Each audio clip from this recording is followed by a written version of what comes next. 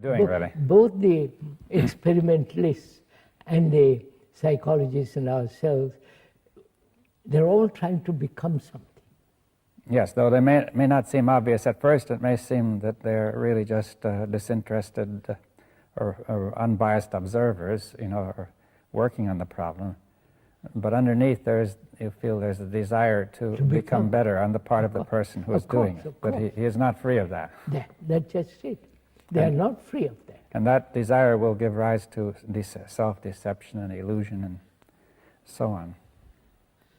So where do we come? Where are we now? That any form of becoming is an illusion. And the becoming implies time. Time for the psyche to change, we are saying time is not necessary. Yes, now that ties up with the other question of the mind and the brain. Now, see, the brain clearly is to be understood as an activity in time, as a physical, neurochemical, complex process. I think the mind is separate from the brain. Well, what does it mean, separate? That is, it's separate in contact. In the sense, brain is conditioned and the mind is not. Well, let's say the mind has a certain independence of the brain, is what you're saying, that even if the brain is conditioned, the other is not. Need not be conditioned. Now, on what basis do you say that?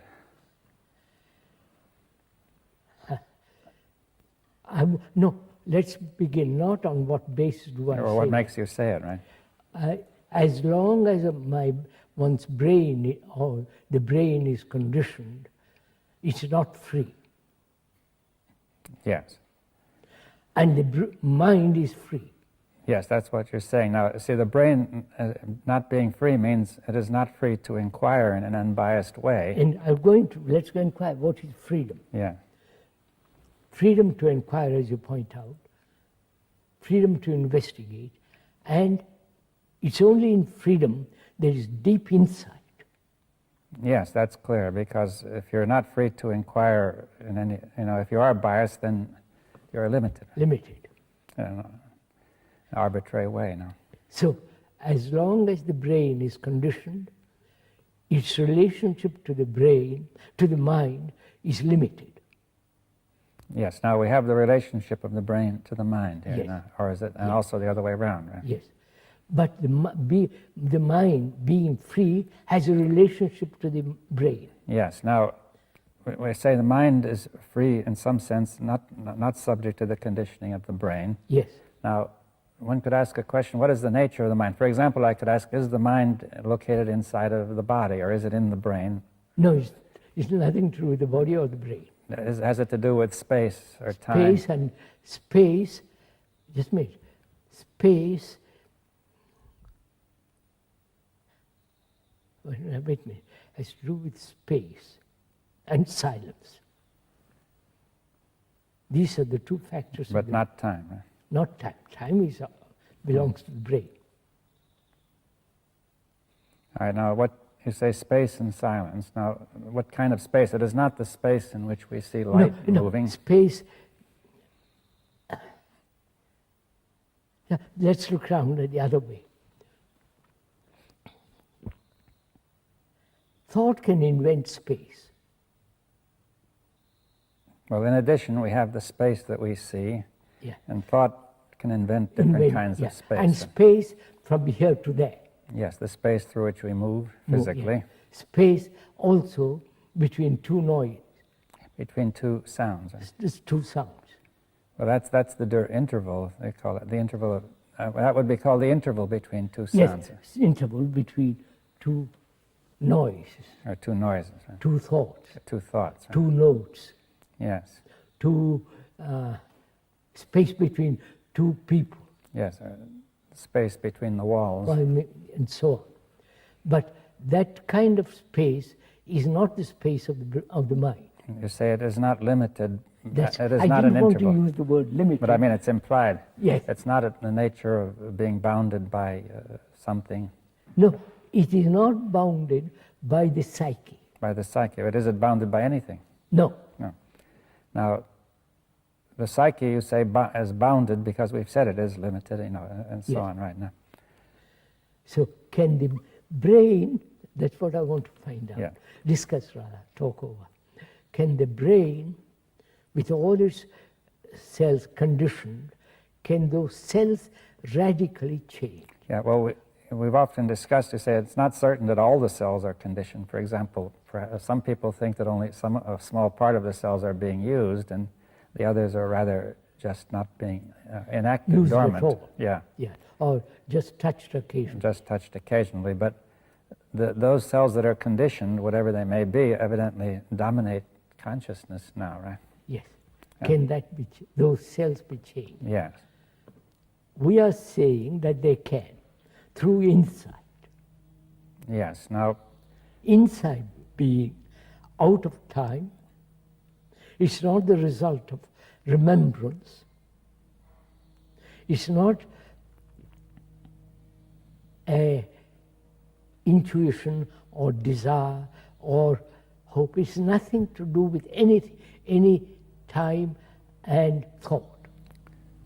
yes. Now, but you say insight, is it of the mind? Is it of the nature of mind, right? Activity of mind. Yes. Right. Now, therefore, you're saying mind can act in the matter of the brain. Yes.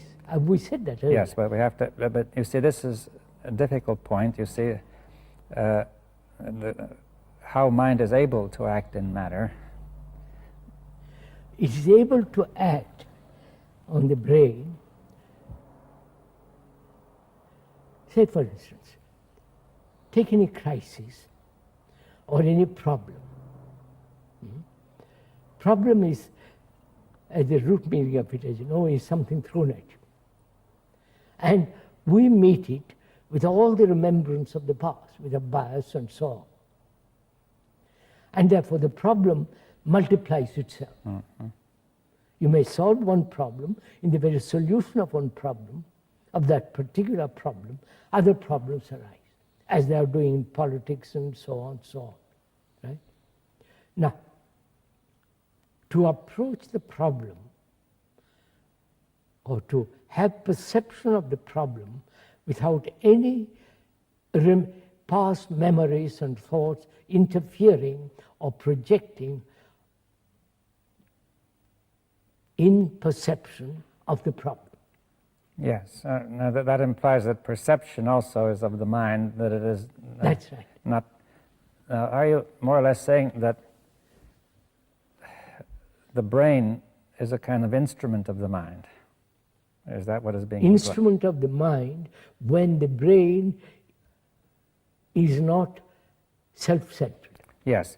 Well, see, if we think of all this conditioning, the conditioning may be thought of as the brain exciting itself and keeping itself going just from the program.